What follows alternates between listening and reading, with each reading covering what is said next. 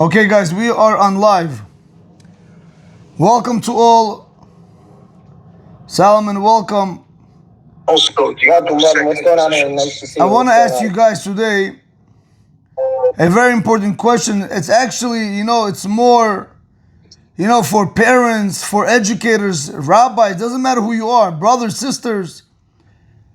What do you think of this scenario? If you corrected every single mistake your child or student made, do you think they would grow closer to you or further away from you?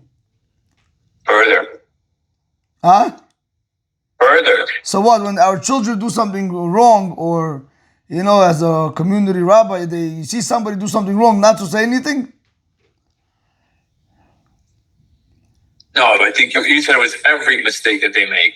I'm saying in general, like say, correct. Like say to pick every single thing that they do, every little thing they ask you, no. Like, like a nudnik. You can't do this, you can't do that, Right, you shouldn't right. do this, you shouldn't do that. Yeah. Right. I think it would steer the person away. They wouldn't want to come around you. So there is a very beautiful Ben Ish Chai, Rabbi Yosef Chaim Baghdad. He actually says that, by the way, which is very interesting. As parents, let me just stick with the parents part. You could apply it to anyone you want. But as parents, we push our kids further away from Hashem. Ilya Levi, welcome. And the sad part about this is that we think by rebuking them, by always catching them doing the wrong things, we think we're helping them. But little do we know that we are actually destroying them. So pick your own battles, is that what we're saying? Yeah, you gotta be able, you have to be smart. You have to know when to catch him do the wrong things, when not to catch him. There's certain things you could overlook. Certain things you cannot overlook. You have to know basically when to pick your battles. Because if every single time your son does something, or your daughter, and every single time you're picking on her, what do you think she's going to want to do? Do you think she's going to want to listen to you tomorrow? No. So comes the Ben Ish Chai. The Ben Ish Chai says, listen to this. I want to read in Hebrew Jugadic. This is nuts. Lo legalot ma she'ata yodea. Do not reveal what you know. If you know somebody, even a friend, somebody, doesn't matter who, if you know that they did a sin, do not reveal it. But to which you shouldn't reveal it, Jigaric? To the person themselves, even to them. Sometimes you have children, they come to shul. I'm talking about like you have a 16-year-old boy, 17-year-old boy, they come to shul 10 o'clock. That's the time when we already finished it, we already davenet, we learned, we ate kiddush. Now you have these boys that are coming to shul. These things you want to overlook. I'm happy that they're coming to shul. I'm not saying that what they're doing is right. But it's not the place right now to go ahead and try to rebuke them and try to show them what they're doing is wrong. Because then he's going to say tomorrow, so why should I come? If I'm coming late and I'm getting rebuked, I might as well not come. So basically you have to know, and the Ben Ish Chai, he brings a verse from Sefer Devarim in chapter 19, verse 15. He says over there, Katav Rabbeinu Ben Ish Chai, Zatzal, B'sivro Aderet Eliyahu, in Parsha Toldot. The pasuk says, Lo yakum ed echad bi'ish. You shouldn't have, any man should go up against a man, l'chol avon, to any sin that he did, u'l'chol chatat, any accidental sin, b'chol chet asher yichaten, any sin that he's going to do. You shouldn't have, Jigarik, he says, you shouldn't have ed echad. One person should never testify. One witness should never testify against someone else doing a sin. One witness is not, I need to have two, correct. So he says one witness shouldn't do it. So comes the Ben Ish Chai and he says, Im Adam Rasha Ubala Averot. If you have a person who's an evil person and he does sins, Eino Rotze Lefarsem Rishuoto Lefanecha Machmat Abusha. I don't want to publicize his evil deeds before you because of embarrassment. Yoter tov hu shigam ata taseh et atzmecha ki'ilu einecha yodei birshato. You see what he says, Shigarik? If you have a person who goes against Hashem, whatever the reason might be, he doesn't want to publicize his evil ways in front of you or his sins in front of you because he's ashamed. So you know what the Ben Ish Chai says? So to you, pretend as if you don't know about his wickedness. Ignore it. שבזה, why is it good to close your eyes on it? שבזה יש תקווה שלפחות כל זמן שהוא יושב לפניך, לא יעשה דבר רע. Listen to this. Because at the very least, there's still some hope that when he's sitting in front of you, Jack, welcome. When he's sitting in front of you, Jack, he's not going to sin. Because since he's afraid, he's embarrassed from you. And now you have even more hope with him. If you can now start speaking to him in a nice way, in a pleasant way, you're going to be able to turn him back. Gregory, welcome. You're going to be able to turn him back because of shame. Hi, Rabbi. How are you guys? But if you're going to go and publicize, you're going to say, oh, I saw you do X, Y, and Z on Shabbat. Then the shame that you had between you and him also is going to leave. It comes out, he's not going to listen to you. Now he's going to sin even in front of you. You hear what the Ben Ish Chai is saying? The Ben Ish Chai is coming and saying that whenever you see, let's just take in our case, children, or let's say you see somebody, a friend doing something wrong, don't go and tell them, oh, I saw you do this. No, let it be. You don't have to, you're not a policeman over them. As long as you don't mention it, Jigarik, as when he's in front of you, there's two benefits. Number one, he's not going to do anything bad in front of you. Number two, you are still able to go ahead and change him for the better. But if I go right now and I tell the children, oh, I saw you did X, Y, and Z, you did this, now, he's not going to care to do wrong things in front of me. And he's not even going to listen to me. So that's what we have to be smart, and we have to know when to basically catch them in the act and when to not catch them in the act.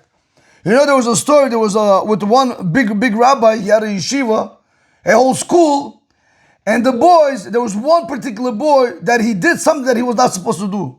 They have curfews, you hear Jigarik. In Israel, he went to a certain place, a club, I don't want to say it, with girls, they have a good time. So his friends covered up for him. So now, what happened was, when the rabbi, when he was looking, making sure that everybody's asleep, they said that he was sleeping. Okay, he didn't catch on to it. But then, at 2 o'clock in the morning, he hears somebody who's running. So he overlooked it. He ignored it. Then he goes up to the room and he says, I think there might have been a boy missing, but I really don't know who the boy is. He knew who the boy was, Jigarik. But he said, I don't know who he is. Because of that act, that boy stayed in yeshiva and became a person of stature of Talmid Chacham. If he would have embarrassed him that moment, he might have left the yeshiva. Who knows what he would have done? So you have to know sometimes when, basically pick your battles. That's what it comes down to. But Jigari, the Ben Ish Chai says over here, but do you know who's considered to be a bad educator? When you go ahead and you find every little thing that your children do wrong. You say, I know what you do, even in hiding, don't hide from me. Good. Now even in public, you're going to do it in front of you. Like that, you're never going to be able to educate anyone. Comes the Ben Ish Chai says, when this pasuk over here says, Lo yakum ed echad bi'ish l'chol avon l'chol chata b'chol chet asher yichateh, when it says that no one witness should get up and testify against a person that sins, you know what this is come to teach us? Koloimer, al takum v'tigle li'ish ata yodei et chata'av v'amunotav. Do not get up and reveal by a person that you know sinned. If you know he sinned, keep it by you. Don't open your mouth. So whenever we see our children, they do something wrong, or even the wife, or even our friends, sometimes it's better, like they say, turn the other way. Pretend like you didn't see it. Because if you're going to look that way, there's zero hope. Maybe he's never going to come back. Okay, fair enough. But when do you actually say something? At what point, at what level? So, I'll tell you like this. The rule should be 80-20. Joey, welcome. Yulan, welcome. Joey. The rule should be 80-20, Jigarik. I always tell my wife, Meaning 80% you don't say it. Correct. I told my wife all the time, if you see it's nothing, it's not a big deal. There's no reason to always say no, don't do this. Let it be. Just let it be. Let kids be kids. Right. When you see them be'emet, when they're really something, chas v'shalom, something that, I don't know, I'll give me an example, and, they do something that's not proper, which is very rare, but if they do something which is not proper, then you sit down and you talk to them about it, because you don't want it to become a habit. But other stuff like minimal, trivial things, they made a mess, for example, they didn't do their bed, or they got a bad grade. Not every little thing you have to sit there and scream at them and yell at them. No child is going to want to listen to the parents like this, there was a story with a guy. There was a father, he was a very religious father, and he had a very religious son. He had a lot of them. And every time he's always looking, are they getting up in the morning to daven? Are they learning Torah? Are they saying barachot? Are they putting on tefillin? Every time you got it like a policeman. Okay. One day, one of the children got sick and tired of this kind of, why are you always following me? Why are you always checking up on me? If I'm in yeshiva, for what? So you know what he did, Jigarik? He went and he told the father, he said, I had it. The father said, what do you mean you had it? He said, I had it with religion. He says, and okay, what does that mean? He's like, I don't want to be religious no more. You want me, take me the way I am. So the father, he went and he spoke to his wife, and the husband said to the wife, well, what am I supposed to do now? He doesn't want to be religious.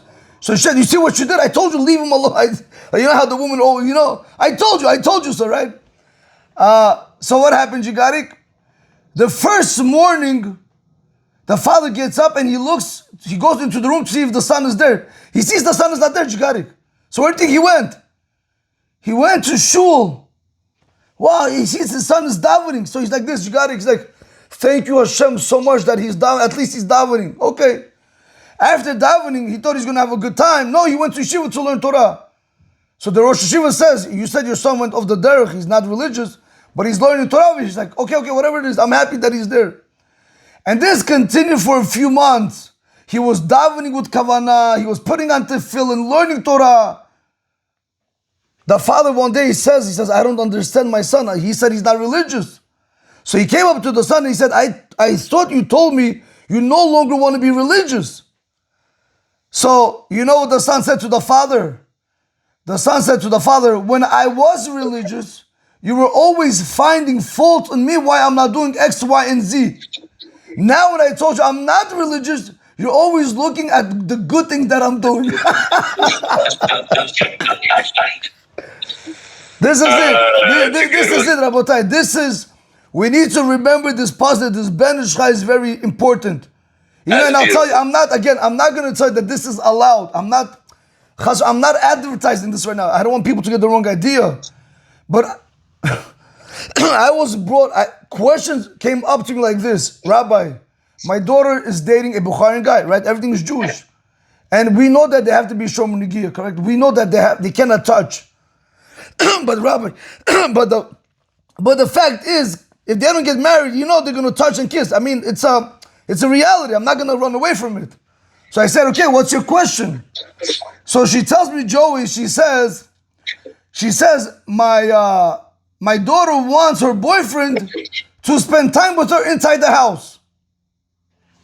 What am I supposed to do? Should I let the guy come in or should I kick him out? Jigari, you with me or not? Again, I'm not telling you that this is the right way to go about it. I said to her, let your daughter bring the boyfriend inside the house. Not that she shouldn't have a boyfriend, but if she has a boyfriend, bring him into the house. She says, why would you do that? I said, what do you want? You want to kick out the boyfriend? You know what's going to end up happening? Your daughter's going to hate you. She's going to go with him. You're not going to know anything. You're not going to see anything. At least like this, you know your daughter's at home, safe. You know what's going on. You understand? Basically, you have to know every single situation has to be tailored correctly. It's not, again, there's no right or wrong answer. Say it again. It's such a thin line, especially when it comes down to daughters. My daughter, she's a very girly girl. She likes to, her nails, stand there by the mirror, doing her hair, she's putting lip balm on. Correct. I just want to strangle her. Do I say something? Do I not? I mean, I don't know. Like I silence it out most of the time. This is a very good example. So you got it over here. What do you want to do? What do you want to do right now? You want to tell her no, and if her friends are doing it, it's even more hard on her. That's you know, I had a situation where girls want to have iPhones because all their friends want to have an iPhone. I had a situation where a girl was crying. She got it because the parents got her a flip phone. They said it's embarrassing. Like, how do you every single situation you basically have to pick your battles with the children. Okay, get an iPhone, I guess, put a Gentech tag, put it, filter it. Again, I'm not advertising these things, but you have to try to understand, put yourself in the child's shoes. You're right. Today, girls, somebody came up to me, something even crazy, Jigari. He said, my wife wants to make her, I don't know what they call this, lips. Wants to make her lips big. Yeah. Rabbi, should she do it? So the problem is, since everybody is doing it, she also wants to do it. So is that a battle you want to fight? No, I don't want to fight that battle. No, I'm not telling you it's allowed. But I'm not telling you it's not allowed also. But you have to understand, a battle where she doesn't want to go to the mikvah, she doesn't want to go and dip in the mikvah, and when she has to go, that's a battle I'll take over any battle. Right. But a battle like, okay, you can't control you. Let her do it. What do you want me to tell you? There was another case. There was a guy, a religious guy, and his wife didn't keep Shabbat. And I'm telling you right now, his wife used to dress like a zona, like a prostitute, put it to you like that. And every time the father used to do kiddush on Friday night, she used to watch TV, and then after the meal, she would go in the car, take her children, go to the beach while the father was home alone. So eventually the father wanted to get divorced. So they went to Israel Welcome. They went to one big rabbi, you hear? The rabbi spoke to the husband, and the Rebbitzin spoke to the wife. In the end, they came out with this conclusion. She doesn't keep Shabbat, that's not between you and her. That's between her and Hashem. She's your wife. She brought you children. Respect her for that. She goes to the mikvah, that's it. Don't sit there and pick battles, you understand? Don't fight. Pray on her behalf. Maybe one day she's going to change. Divorce shouldn't be an option right away, you understand? And I'm not talking about a 20-year-old guy. I'm talking about a guy who's already 45, 50 years old. You with me, Jigarik? So that's all we're learning from today's class. Pick your battles correctly. Don't have to sit there and point every little thing that your children or your wife or your friends or your parents or anybody else does wrong.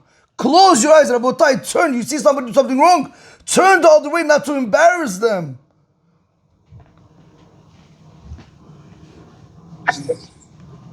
And in this way, the Ben Ish Chai says, there's a greater chance, at least when they're with you, they won't do anything wrong, which is beautiful.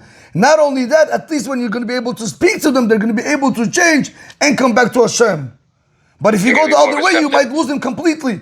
I'm going to conclude with the story. Unfortunately, I had a neighbor in my house. I used to blow for Rabbi Walken shofar on Rosh Hashanah. Many years I used to be with him. Yom Kippur, Rosh Hashanah, I used to blow by him. So, to blow, you got to practice. I used to practice every single day. Crazy. In my apartment, in the building. So you know what happens when you practice in the building? People hear it. So one day in the morning, I came from shul and I was practicing. So I get a knock. Listen how sad this is, Jigarik. I get a knock on my door from my next door neighbor, a Bukharian woman. I opened the door. I thought she was going to complain because I'm blowing the shofar. She comes, Jigarik, she says, can I come in? She walks in. She starts crying as if it was Niagara Falls. I said, what happens? Everything okay? She says, I'm realizing that you're a rabbi. I see you're blowing the shofar. Even though at that time I was not a rabbi, but I was learning Torah. She says, I want you to do me a favor. When you're blowing that shofar, please have in mind my daughter. I said, what happened to your daughter?